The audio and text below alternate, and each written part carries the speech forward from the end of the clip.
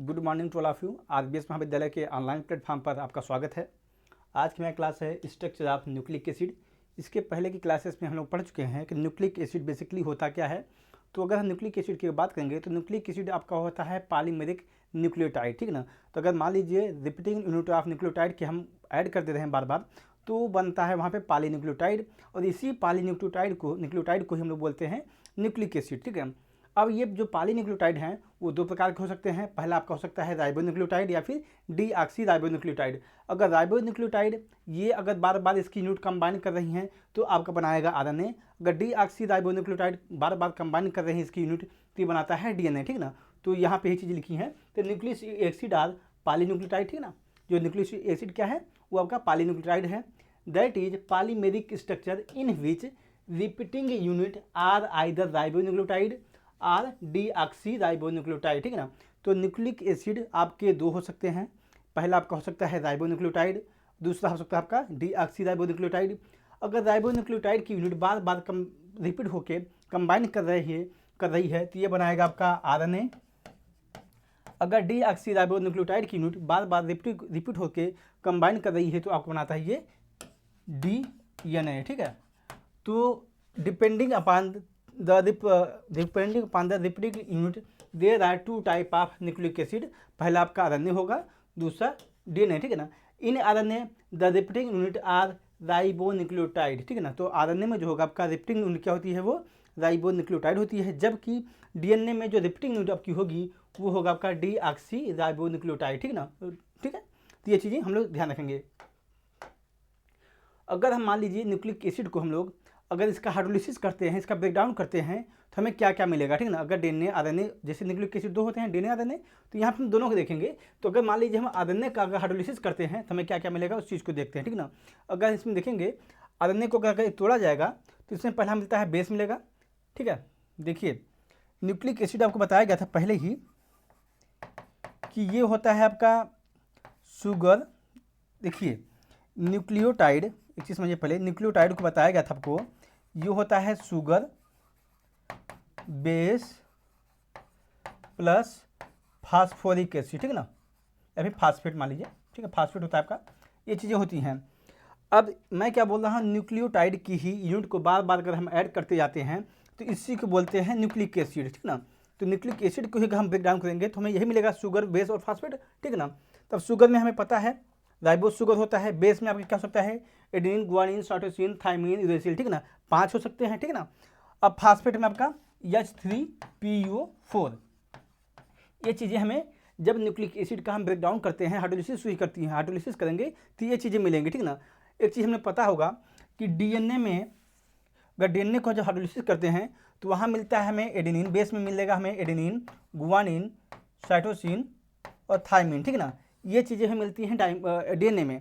लेकिन जब आरएनए का हाइड्रोलिसिस जब किया जाता है तो वहाँ पे जो बेस मिलते हैं एडेनिन मिलेगा, गुआनिन मिलेगा, साइटोसिन और यूरेसिल, ठीक है ना। ये चीज़ें मिलती हैं आरएनए के केस में, ठीक है ना। तो ये चीज़ें हमें ध्यान रखनी होंगी, ठीक है ना। तो यहाँ पर पहले हम आरएनए का देखते हैं। आरएनए का जब हम हाइड्रोलिसिस करेंगे तो बेस में क्या क्या मिलेगा, एडेनिन मिलेगा आपका, गुआनिन मिलेगा, साइटोसिन मिलेगा आपका, और दूसरा आपका मिलेगा यूरेसिल, ठीक है ना। तो यहाँ पे हमें डिफरेंस अगर देखेंगे डीएनए और आरएनए में तो यहाँ पे थाइमिन मिलता है डीएनए में, जबकि आरएनए में यूरेसिल मिलता है, ठीक है ना। यही दोनों चीज़ें अलग हैं डीएनए आरएनए में और डीएनए में, ठीक है ना। और बाकी अगर जब इसका हाइड्रोलिसिस के बाद करेंगे तो शुगर सब में मिलता है डी राइबोज, ठीक है ना, डी राइबोज मिलेगा आपके आरएनए केस में, लेकिन डीएनए में मिलता है डीऑक्सी राइबोज, ठीक है ना। ये चीज़ें हमें ध्यान रखनी होगी। और बाकी सब में यहाँ पे आपका जो एसिड है आपका जो फास्फोरिक एसिड होगा वो सब में एक रहेगी, ठीक है ना। तो यहाँ पे जब हम न्यूक्लिक एसिड का अगर हम हाइड्रोलिसिस करते हैं तो डीएनए केस में आपको डीऑक्सी राइबोज मिलता है शुगर, और बेस में एडेनिन, गुआनिन, साइटोसिन और थाइमिन मिलता है, जबकि आरएनए का अगर हाइड्रोलिसिस कर रहे हैं तो वहाँ पे आपका राइबोज शुगर मिलता है और एडेनिन, गुआनिन, साइटोसिन और यूरेसिल बेस मिलते हैं, ठीक है ना। इस प्रकार से इसका न्यूक्लिक एसिड का हाइड्रोलिसिस हुआ। A.R. Todd Nobel prize in 1957 give the following structure of nucleic acid, ठीक ना। जो A.R. टोड थे उन्हों को 1957 में इस न्यूक्लिक एसिड की संरचना को बताने के लिए केवल नोबेल प्राइज मिला था 1957 में, ठीक ना। तो ये एक न्यूक्लिक एसिड की संरचना है, ठीक है ना। ये जो आपको देख रहे हैं ये आपकी न्यूक्लिक एसिड की संरचना है। आप एक चीज़ देखिए, यहाँ पे आपका ये फास्फेट ग्रुप है, ठीक है ना, ये आपका फास्फेट है, यहाँ पे शुगर है, यहाँ पे बेस है। अब बेस में आपके adenine, guanine, cytosine, uracil, thymine, ये कुछ भी हो सकता है, डिपेंड करता है कि ये स्ट्रैंड किसकी है, डीएनए की है कि आरएनए की है, ठीक ना। अगर डीएनए हुआ तो आपका यहाँ पे यूरेसिल नहीं होगा, थाइमिन होगा। अगर आपका आरएनए हुआ तो थाइमिन नहीं होगा, वो आपका फिर वहाँ पे यूरेसिल होगा, ठीक ना। ये एक संरचना हुई आपकी न्यूक्लिक एसिड की, ठीक ना। तो यहाँ पे एक चीज़ देख रहे हैं हम लोग, वन न्यूक्लियोटाइड का हम क्या बताया गया था आपको, न्यूक्लियोटाइड बेसिकली कॉम्बिनेशन किसका होता है, बेस होगा, शुगर होगा, अब आपका फास्फेट होगा, ठीक ना। ये आपका फास्फेट ग्रुप होंगे। तो यहाँ पे देखिए आपका बेस है, शुगर है और ये आपका ये फास्फेट है, ठीक ना। तो एक पूरा कॉम्बिनेशन इसका बनाता है वन न्यूक्लियोटाइड, ठीक है ना। अगर यही संरचना बार बार देख रहे होंगे, जैसे बेस, शुगर, फास्फेट, ठीक है ना, ये संरचना बार बार रिपीट हो रही है, तो ये आप देख रहे हैं, ये आपका जो बांड इन दोनों के बीच बना है ये फास्फोडाइएस्टर बांड है। इस फास्फोडाइएस्टर बांड के द्वारा जो न्यूक्लियोटाइड की संरचना होती है बार बार आपके कंबाइन करती रहती है, इस प्रकार से न्यूक्लिक एसिड बनाते हैं, ठीक ना। The nucleotides are connected by the sugar phosphate bond.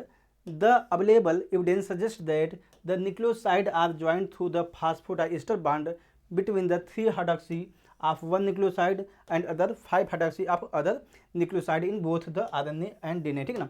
Basically यहाँ पे बताया जा रहा है, मान लीजिए ये तो ठीक है संरचना जैसी है, अगर हम मान लीजिए ये एक जब DNA की संरचना जब बनाएंगे तो संरचना कुछ इस प्रकार से बनती है ना, ये आपका, ठीक है ना, ये बनता है।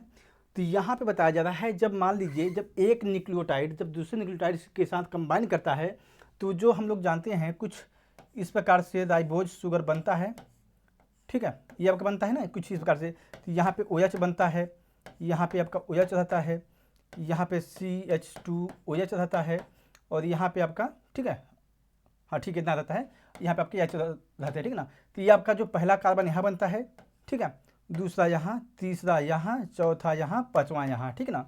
तो यहाँ पे ये बताया जा रहा है कि मान लीजिए एक हुई, जब दूसरा आपका ये आपका न्यूक्लियोटाइड हुआ, ये आपका मान लीजिए फिलहाल अभी अब मान लीजिए अब एक और यहाँ पे बेस जुड़ जाएगा आपका यहाँ से, ठीक है, और यहाँ पे कहीं मान लीजिए फास्फोडाइएस्टर बांड रहेगा, ठीक है ना। मान लीजिए ये 3 डैश है, यहाँ पे फास्फोडाइएस्टर बांड H3PO4 ऐड होगा।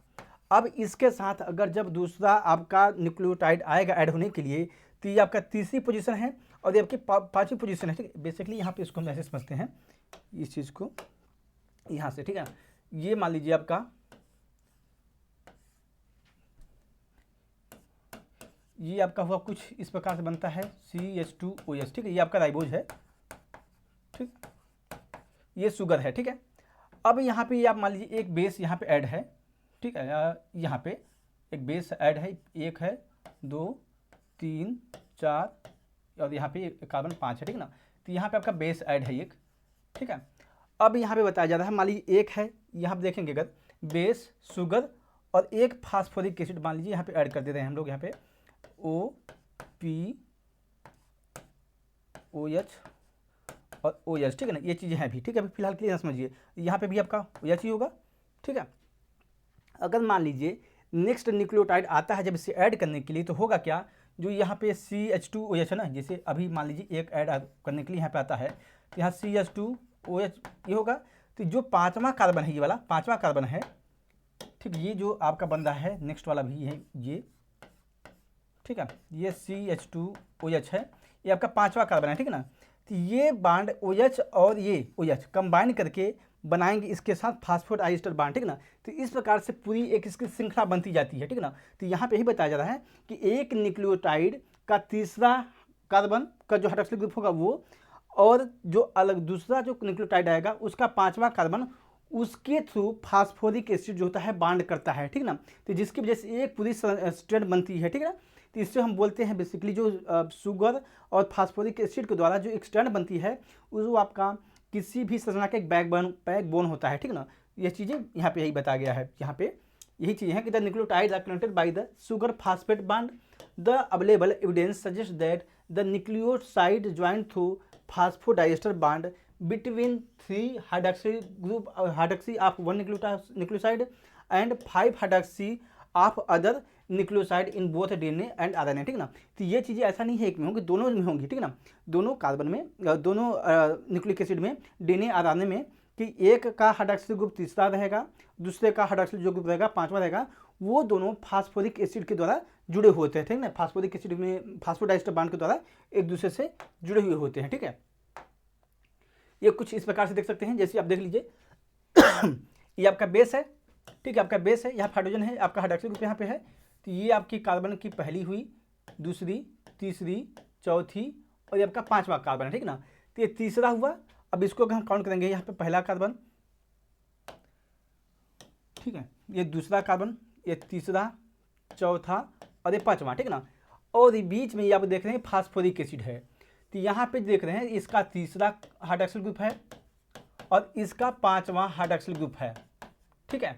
तो ये दोनों कंबाइन करते हैं फास्फोडाइस्टर बांड के द्वारा, ठीक है ना।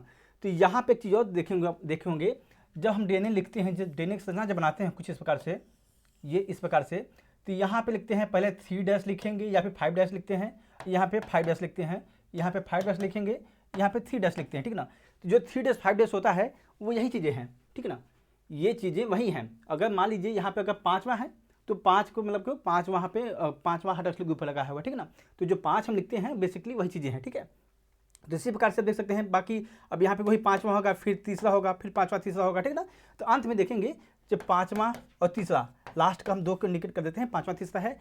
और जब इसका देखते हैं, जब DNA की संरचना बनाते हैं तो उसमें बोलते हैं कि इसका एक दूसरे स्टैंड जो होते हैं वो एंटी पैरेलल होते हैं, ठीक ना। तो कहने क्या मतलब है, अगर मान लीजिए एक संरचना ऐसी बनी है, ठीक है ना, पहली संरचना मान लीजिए कुछ इस प्रकार से बनी है, जो दूसरा स्टैंड आएगा ना तो जस्ट इसका अपोजिट होगा। तो अपोजिट कैसे होगा, कुछ इस प्रकार से होगा, फिर ये इसकी संरचना कुछ इस प्रकार से होगी, ठीक है ना। तो यहाँ पे जो बनेगा आपका, अब क्या होगा, ये 3 आपका ऊपर हो जाता है, ठीक है। तो इस प्रकार से यहाँ पे इनकी बाइंडिंग होती रहती है, ठीक है। तो यहाँ पे चीज़ें बताई जा रही हैं। अब हम देखते हैं the 3 dimensional structure of DNA, ठीक है। It had been known that molar ratio of adenine and thymine and guanine to cytosine was always 1 no matter what source of DNA was, ठीक है ना। तो यहाँ पे बताया जा रहा है, बताया जा रहा है जो एडेनिन और आपको जो थाइमिन होगा और गुआनिन और जो साइटोसिन हो गई, इसका जो रेशियो होगा हमेशा 1 रहेगा, वो चाहे किसी का भी DNA हो, ठीक है। तो उसकी यह बताया जा रहा है the number of individual basis very but these ratio always with मेंशनमेंट, ठीक है ना। यहाँ पे बताया जा रहा है कि जो बेस होंगे वो हो सकता है वेरी करेंगे, वो अलग अलग हों, लेकिन जो इनका रेशियो रहेगा एडेनिन के साथ और थाइमिन के साथ, गुआनिन और साइटोसिन के साथ हमेशा उसका रेशियो जो होगा हमेशा एक ही रहता है, ठीक है। The opportunity for hydrogen bonding exist in all 4 bases since there are electronegative oxygen of the carbonyl group are ring nitrogen and electropositive hydrogen of amine or amine group, ठीक है ना। बेसिकली देखेंगे हम लोग, जब हम संरचना बात करते हैं एडेनिन के साथ जब थाइमिन की बाइंडिंग होती है तो डबल बाइंड होता है, जब गुआनिन और साइटोसिन के बीच होती है वो ट्रिपल होता है, ठीक है ना, ट्रिपल हाइड्रोजन बाइंडिंग होती है इनमें। तो ये होता क्यों है, इसकी बेसिकली कारण होता है इसका संरचना, ठीक ना। क्योंकि एडेनिन के पास देखिए इसमें एडेनिन और जब थाइमिन गुआनिन साइटोसिन की जब हम लोग संरचना देखेंगे कुछ इस प्रकार से देख लीजिए पहले, ठीक है ना। ये आपका संरचना उसकी है, ये थाइमिन है, एडेनिन है, साइटोसिन है, गुआनिन, ठीक ना। तो एक चीज़ देख रहे हैं हम लोग, थाइमिन की संरचना जब देख रहे हैं, जो कार्बोनिल का ऑक्सीजन, ठीक है, यहाँ पे कार्बोनिल का ऑक्सीजन है। तो यहाँ पे एक चीज़ हम नोटिस करेंगे कि जो ऑक्सीजन है, हाइड्रोजन बॉन्डिंग जो बनती है वो आपके 2 इलेक्ट्रोनेगेटिव एटम के बीच से बनती है, ठीक है ना। तो यहाँ पे ऑक्सीजन और नाइट्रोजन का जो हाइड्रोजन है, इन नाइट्रोजन और हाइड्रोजन के बीच में इसी एक बॉन्डिंग हो जाती है, जिसे बोलते हैं हम लोग हाइड्रोजन बॉन्डिंग एक बना, ठीक है। लेकिन अगर आप देखेंगे यहीं पे तो यहाँ पे भी यही एक बन जाएगा। तो इस प्रकार से इनमें केवल मैक्सिमम पॉसिबिलिटी जो होती है हाइड्रोजन बॉन्डिंग की एडेनिन और थाइमिन में वो 2 होती है, जबकि गुआनिन और साइटोसिन में अगर हम देखेंगे तो यहाँ पे नाइट्रोजन और हाइड्रोजन होगा, यहाँ पे ऑक्सीजन है, तो हाइड्रोजन और नाइट्रोजन ऑक्सीजन और नाइट्रोजन के बीच में एक हाइड्रोजन रहता है, ठीक है। यहाँ नाइट्रोजन और नाइट्रोजन के बीच में एक हाइड्रोजन है, ऑक्सीजन और नाइट्रोजन के बीच में एक हाइड्रोजन है, ठीक है ना। तो इस प्रकार से साइटोसिन और गुआनिन में 3 हाइड्रोजन बॉन्डिंग होती है, ठीक है ना। तो बेसिकली ये इसकी संरचना के कारण होता है ना, कि इसका कुछ और रीजन है, ठीक है ना। तो तो इस प्रकार से हम समझ सकते हैं एडेनिन में और थाइमिन के बीच में क्यों डबल बॉन्ड होता है और गुआनिन और साइटोसिन में क्यों ट्रिपल बॉन्ड होता है। ठीक है, adenine and thymine are said to constitute a base pair through hydrogen bonding and so the guanine and cytosine वही चीजें हैं। ठीक है, these are often written as a double bond T. ठीक है ना, ये एडेनिन आपका थाइमिन के साथ डबल हाइड्रोजन बॉन्ड के द्वारा जुड़ा होता है, जबकि गुआनिन और साइटोसिन ट्रिपल हाइड्रोजन बॉन्डिंग के द्वारा जुड़ा होता है। ठीक है, maximum stability occur when adenine and thymine are joined by 2 hydrogen bond and guanine and cytosine by 3। ठीक है ना, तो यहाँ पे जानते ही हैं कि बताई दी गया पहले ही कि एडेनिन और थाइमिन की जो बॉन्ड होती हैं, जो हाइड्रोजन बॉन्ड होती हैं वो 2 होती हैं, जबकि गुआनिन और साइटोसिन के बॉन्ड जो बॉन्ड होते हैं उनके बीच में वो 3 होते हैं। ठीक है, 3 होते हैं। Although other combination are certainly possible but these is the most stable arrangement. ठीक है ना, इसके अलावा हो सकते हैं कोई और पॉसिबल भी हैं। ठीक है ना, मान लीजिए अभी हम लोग देखते हैं एडेनिन और थाइमिन, ठीक है, गुआनिन और साइटोसिन, तो इसके अलावा और भी पॉसिबिलिटी हैं, लेकिन जो मोस्ट स्टेबल संरचना जो बनती है वो एडेनिन और थाइमिन के साथ बनती है, गुआनिन और साइटोसिन के साथ बनती है। ठीक है ना, डीएनए केस में, जबकि अगर क्या जब आरएनए होगा तो यहाँ पे थाइमिन की जगह पे यूरेसिल हो जाता है। ठीक है, thus one can see why the A T and G C ratio is always 1। ठीक है ना, तो यहाँ बताया गया क्यों होता है, आप देख सकते हैं क्योंकि एडेनिन और थाइमिन गुआनिन और साइटोसिन के बीच में हमेशा इनका रेशो 1 बना रहता है, क्योंकि इनके जो पाई जाने की कैपेसिटी होती है वो हमेशा इनका बराबर रहता है। ठीक है ना,